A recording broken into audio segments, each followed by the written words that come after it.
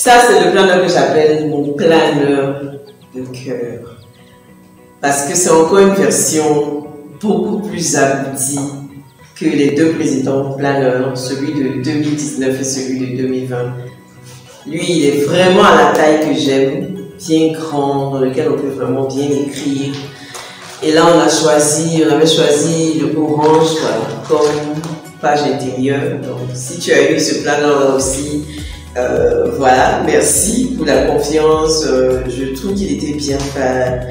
Il a été bien imprimé. J'ai eu l'occasion de travailler avec un imprimeur qui a vraiment fait un travail très intéressant.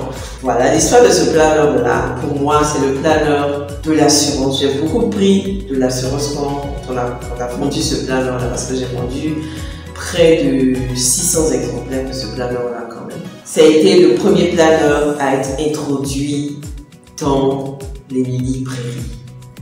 Donc, j'ai commencé à vendre dans les librairies avec ce planeur de 2021 à Fnac, à les librairies de France et tout ça. Et vraiment, quand je partais leur présenter l'outil, je n'étais pas très rassurée, j'étais un peu sceptique, j'avais peur, j'avais des doutes. Et mais les librairies ont tellement bien accueilli vraiment le planeur que j'étais étonnée.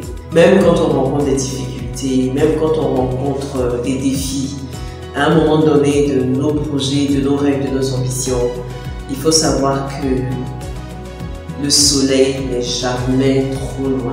Parce que très souvent, c'est au moment de réussir qu'on a le plus envie d'abandonner. Mais il ne faut jamais abandonner parce que chaque échec te fait grandir, te fait mûrir. Chaque déception te fait grandir, te fait mûrir.